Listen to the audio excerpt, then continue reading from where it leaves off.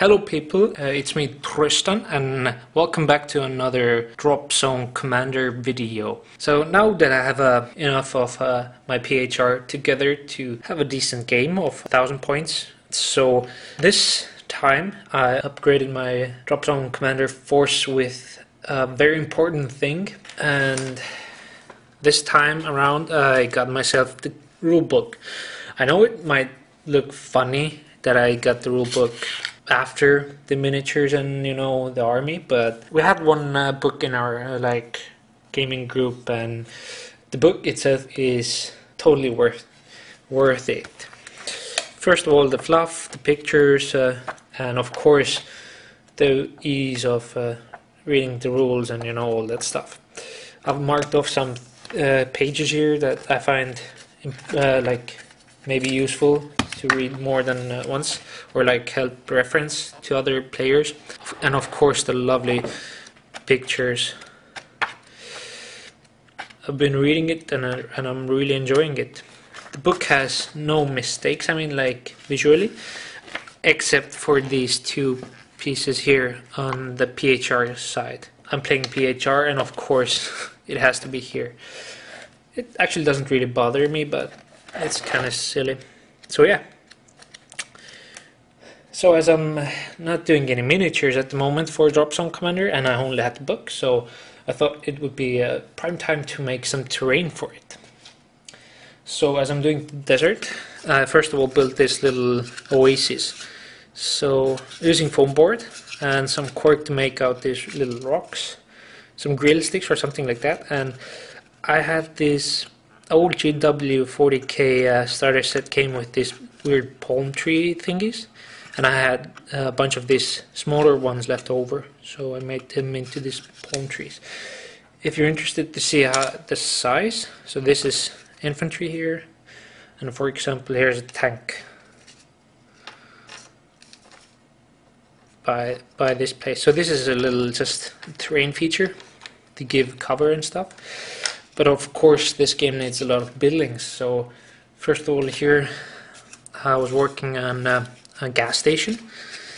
I used this old toy road sign to cut it up, and once I prime it, I'm gonna paint up a logo for the gas station here. Same with the palm trees again. So the buildings themselves are from foam board. Use these little styrofoam balls, cut them in half and used it as this roof thingy. The stuff on top of the walls and everywhere you see is the sandy paste, and I'm using this to give just texture to the building itself. Here's another building, little compound with a small, I don't know, old tent or something. And to give you a size comparison once again, here's some infantry, and here's another building. I wanted with something higher, like a tower, and so I gave it a tower. Normal vehicles can get in and out of the compound. Here's now a bigger thing. This is I'm calling it a factory. So it has this huge front part here, some chimney pipes and stuff, huge windows for the thingy, plenty of room for the infantry to be on the roof and stuff. Just gonna give you a fast look over on the other buildings as well. This is also a bigger building with this, I don't know, weird thing in the bits box I found. Some energy pylon or something, a bigger styro ball on the top here. I tried out this farm building. I think it's a bit too long, and I think I should have placed this in later. And the last building I have at the moment is this official building or something, or office, or a palace, sort of a palace thingy. Still need to do the work, roof with the sandy paste.